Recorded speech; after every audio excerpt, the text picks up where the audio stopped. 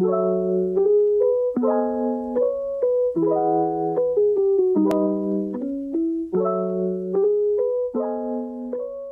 dolor no te da un lugar privilegiado en el mundo.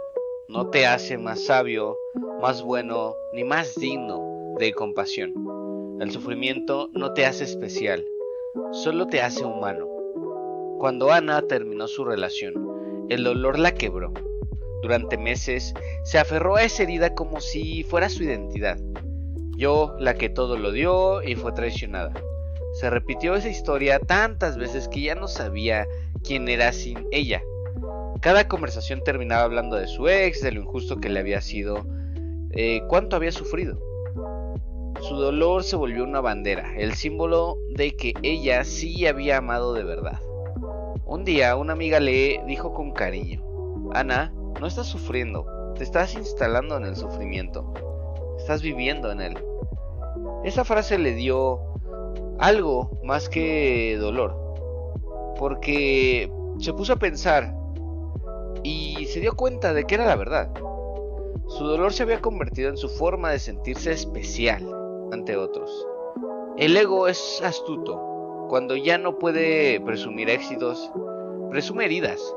Convierte el sufrimiento en un pedestal moral donde mirar al resto con lástima o resentimiento.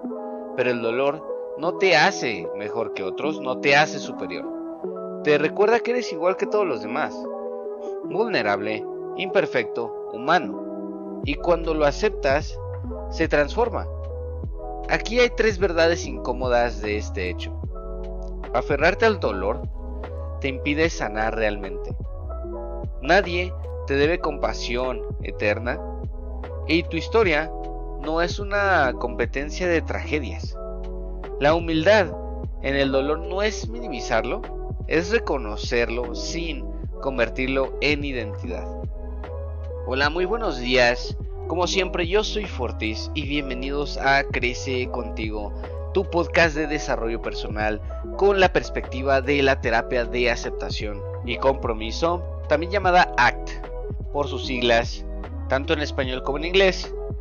Y esta es una terapia, les recuerdo, de tercera generación, en la cual nos enfocamos en la conducta principalmente, pero no solamente la conducta externa, sino en la conducta interna. Estos eventos privados, los cuales pueden llegar a ser los pensamientos, y justo estos pensamientos son los que nos llevan a este tipo de conductas, como el de Ana. Y vamos a caminar por este paisaje llamado victimismo, el cual uno se preguntaría por qué la gente lo hace, por qué yo mismo lo puedo llegar a hacer. Y eso lo vamos a contestar aquí. Vamos a empezar con el punto número 1. ¿He hecho del dolor una forma de validación? Recuerda que todos tenemos dos necesidades principales, que es la de pertenencia, pertenecer a un grupo, y la de afecto. Entonces, ¿qué ocurre?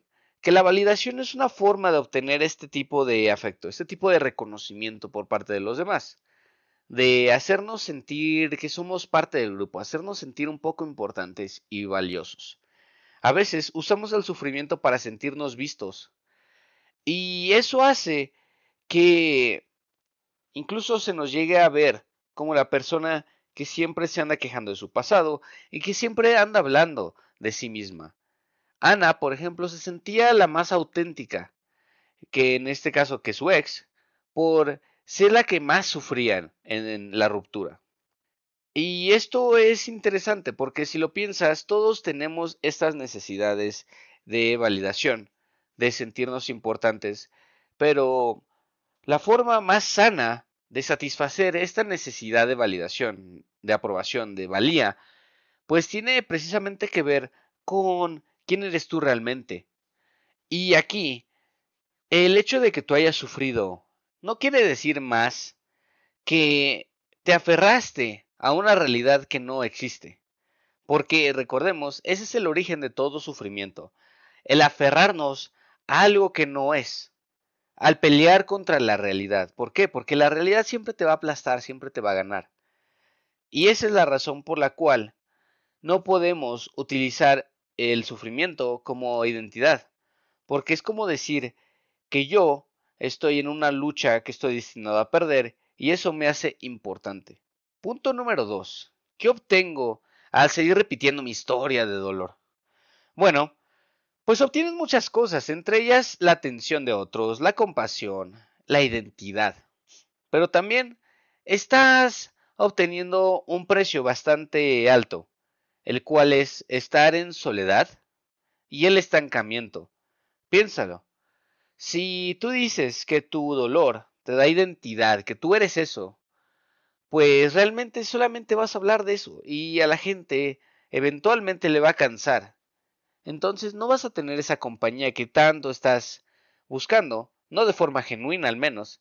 Te van a dar atención, si acaso, pero esto tiene un límite. Y también, ¿qué está pasando? Que te estás estancando al tú identificarte con eso que te pasó, con eso triste o trágico. Lo que está pasando es que te estás estancando porque no estás mejorando, te estás dando permiso para quedarte ahí, porque es como decirte a ti mismo o a ti misma que tienes una excusa para quedarte en el piso y no pararte. Entonces, si te fijas, si obtienes cosas, ¿no? Al hacer esto. Tienes ser el centro de atención de las conversaciones cuando hablas de esto, porque a la gente que no se desarrolla o que tienen un bajo autoestima, puede llegar a gustarles inmiscuirse en la vida de otros. Puede llegar a que les guste demasiado escuchar cómo les va a otros en la vida. Y eso te va a dar su atención. Pero piensa en esto, ¿qué tipo de atención estás recibiendo? Estás abriéndote, estás diciéndole a todo el mundo lo mal que te fue, y lo que estás ocasionando en los demás es que sientas lástima por ti. Y ojo, porque el papel de víctima también tiene una ventaja enorme. Y este papel de víctima, esta lástima, este victimismo, lo que hace es que vendamos un discurso. Y el discurso es, la narrativa implícita es, que como yo sufrí mucho, tú tienes que ser bueno conmigo. Ese es el papel de la víctima. Que como yo, muy pobre de mí, todo me ha pasado, vamos a llorar juntos. Entonces, yo tengo el derecho de comportarme de cierta manera, de no hacer ciertas cosas, etcétera, etcétera. Ese es el poder de la víctima. Entonces, no lo alimentemos. Si tú estás hablando con una persona que se victimiza constantemente, haz a esa persona responsable por las decisiones que tomó. Porque, ¿qué crees? Que ese es el verdadero paso a una mejora real y a la excepcionalidad. Porque piénsalo, es mucho más común que la gente haga esto hoy en día. Busquen atención de esta manera a que realmente se responsabilicen y digan, ¿sabes qué? Esto me pasó, pero fue por mi culpa. Yo decidí estar ahí, yo decidí dar de más, yo decidí esto y aquello, y esas son las consecuencias. Entonces, hagamos responsables a esas personas. Pregúntales siempre, ¿qué hiciste tú para llegar ahí? ¿Y qué ya no vas a hacer para ya no volver a llegar ahí? Y la respuesta que te dé es su responsabilidad seguirla. Y si no le estás siguiendo, perdóname, pero esa persona se está nada más victimizando, no está tratando de mejorar. ¿Y qué ocurre? Que solamente está buscando tener esta posición de atención, de validación, en lugar de buscar un cambio real en su vida. Y esto, pues nos puede decir el tipo de carácter que tiene esta persona, que realmente, pues no necesariamente vas a poder contar con ella en momentos difíciles cuando a ti te pase algo malo, porque si no se hace responsable por sus propias situaciones, ¿qué te hace decir o pensar que va a tener la experiencia para decirte cómo puedes resolver las tuyas? Porque justamente ese dolor es el que le da la identidad, ¿no? Vamos con el siguiente punto. Punto número 3. ¿Quién sería si dejara de definirme por lo que me hirió? Bueno, pues te voy a decir algo. Estarías dando el primer paso para ser libre y para ser una persona genuina. Ahora recordemos que la autoestima tiene muchísimo que ver en esto. Si tú tienes una definición de que pobre de mí me ha pasado mucho, o alguna persona que conozcas, lo que está pasando es que te estás diciendo a ti, o esa persona se está diciendo a sí misma, de manera inconsciente, de manera implícita, que no tiene ningún valor su voluntad en cómo está desenvolviéndose su vida. Y esto es importante, esto es muy relevante porque eso justamente es la relación de ti contigo mismo, contigo misma, a nivel emocional, a nivel anímico. Y de ahí parten muchísimas cosas. Parte cómo te desenvuelves con el mundo. Parten las decisiones que llegas a tomar. ¿Confías en ti? ¿Confías en que eres capaz de salir del hoyo? Si es que en algún momento te equivocas. Y ojo, la confianza viene de la evidencia. Y no vamos a tener evidencia de que podemos salir de esos problemas si nos la pasamos diciendo que nuestro hoyo es lo que nos da identidad. Que aquí estamos, que porque pobrecitos de nosotros, en lugar de hacer el esfuerzo de salirnos de ahí y seguir hacia adelante. Por ejemplo, cuando Ana empezó a dejar de contarse la historia del abandono, se dio cuenta de que tenía mucha fuerza que no había usado durante mucho tiempo. Y por fuerza aquí me refiero a competencia y voluntad para hacer las cosas. Esos son los dos factores para determinar que una persona tiene un carácter fuerte, la competencia y la voluntad. Y solamente las puedes desarrollar cuando te alejas de este victimismo y le haces cara, le haces frente. Y como lo enfrentaste, vas a tener la evidencia de que eres capaz, competente, lo cual te va a dar confianza para seguir resolviendo tus problemas en el mundo real. En lugar de estarnos victimizando, en lugar de hacernos sentir como que somos indefensos, como que estamos solitos en el frío, así, pobrecitos. Y puede que sí, puede ser que hayan pasado muchísimas cosas malas, puede ser que hayan cosas terribles, pero justamente la competencia viene de tú enfocarte en lo que sí puedes controlar, en lo que sí puedes maniobrar y moverte ahí y hacer que las cosas pasen. Y ojo, no estoy diciendo que la cosa sea fácil, ni que la vida es justa y no te van a pasar cosas malas, porque de hecho la justicia de una manera bastante realista no es un término que realmente exista, es un término ético, moral, que creamos nosotros los humanos. ¿Para qué? Para que nuestra sociedad funcione de alguna manera. ¿No me crees? Piénsalo. Piensa en un pajarito que se está comiendo a un gusano, no podríamos decir que es justo para el gusano ser comido. Si vemos en la naturaleza que algún depredador se come las crías de alguna presa, pues no podríamos decir que es justo para la mamá de la presa o para las crías, ¿no? Entonces, aquí nos damos cuenta de que la justicia es algo que nosotros nos inventamos, que nosotros empezamos a diseñar para que vivir tantas personas relacionándose de forma diaria, pues no sea un caos. Pero eso no quiere decir que a nivel animal, a nivel anímico, a nivel natural, biológico, eso exista. Entonces, cuando tú dejas de pensar que la vida es injusta y te pones a hacer las cosas como son, vas a obtener esa competencia.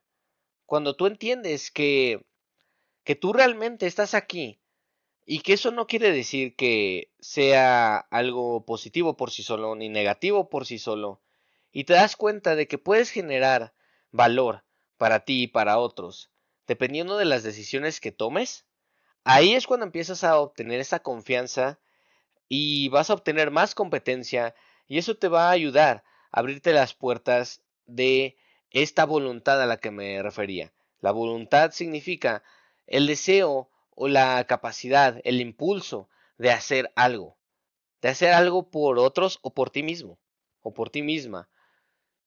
Punto número 4. ¿Puedo aceptar que otros también sufren sin que eso le quite peso al mío? Esta pregunta es muy curiosa si lo piensas, porque aquí estamos hablando de que ¿cómo podríamos escuchar a otros sin que nosotros dejemos de importar? Y aquí es donde está un punto clave para este tema.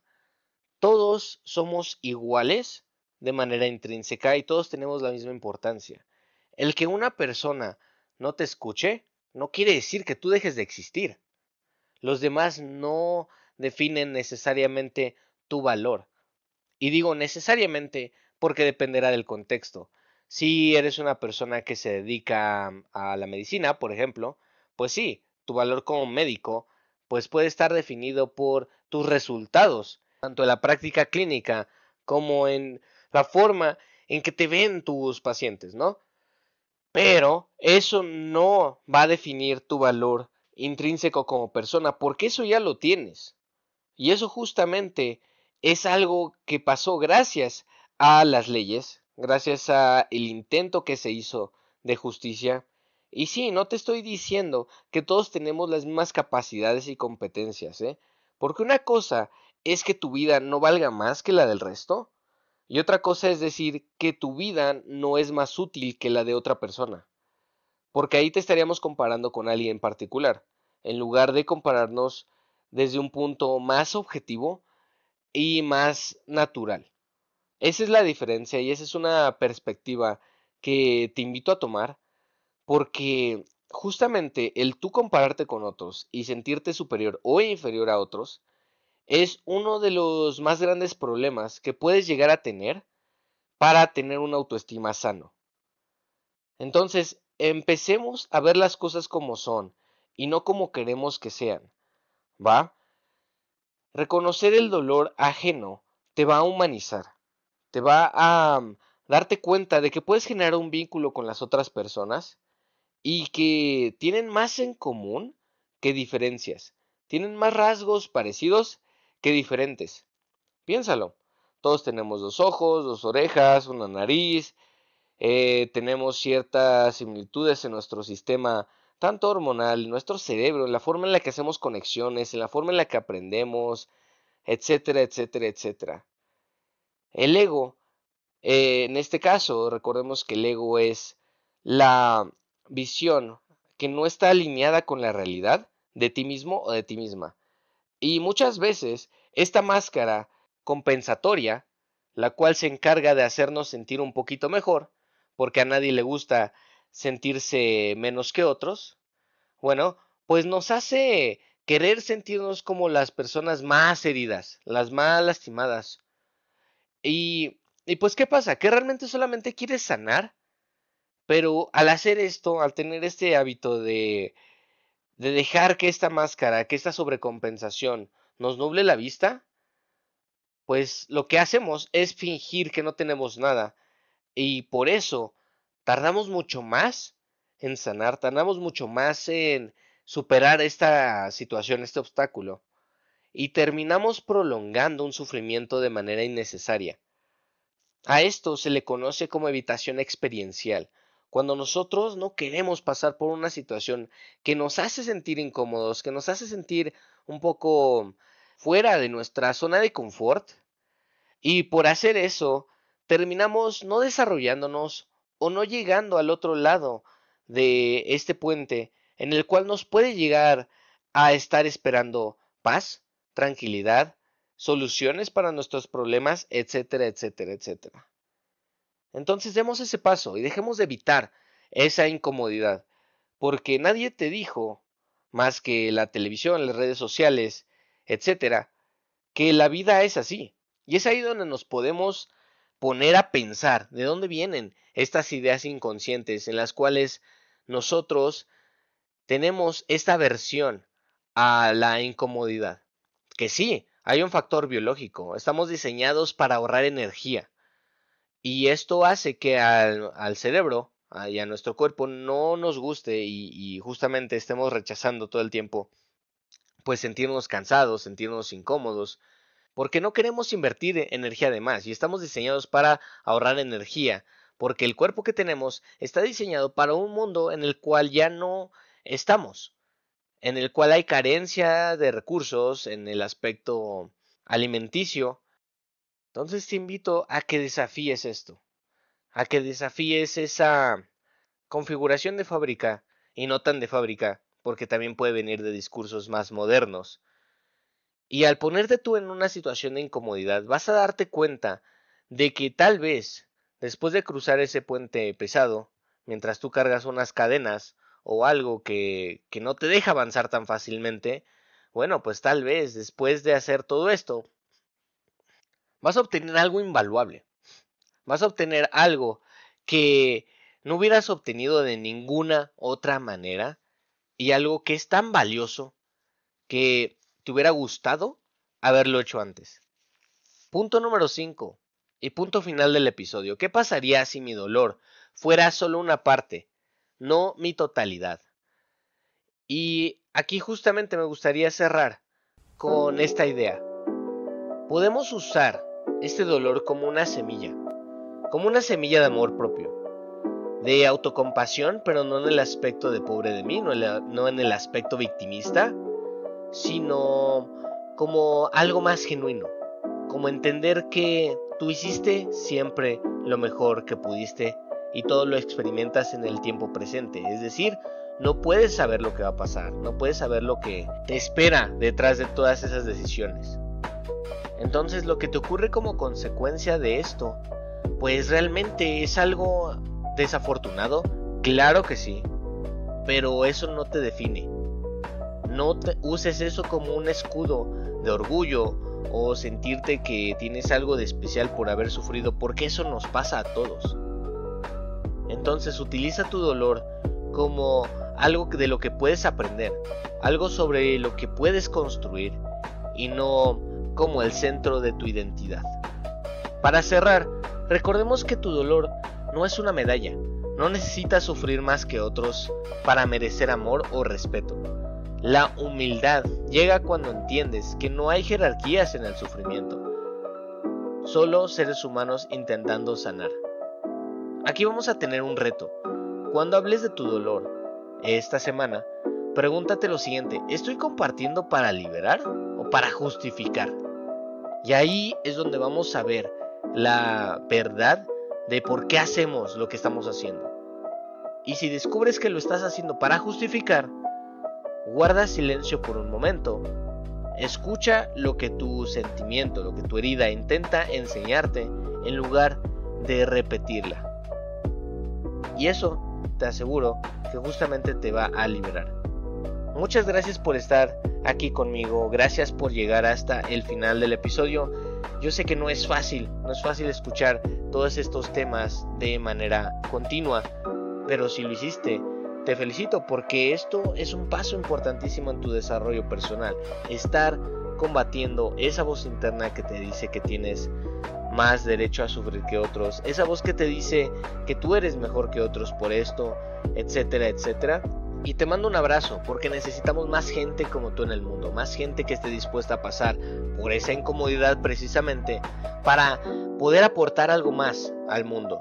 Que tengas bonita tarde, noche, día, donde quiera que estés. Te mando un abrazo. Recuerda darle like a este podcast y compartirlo. También puedes ver mis redes sociales. Nos vemos en el siguiente.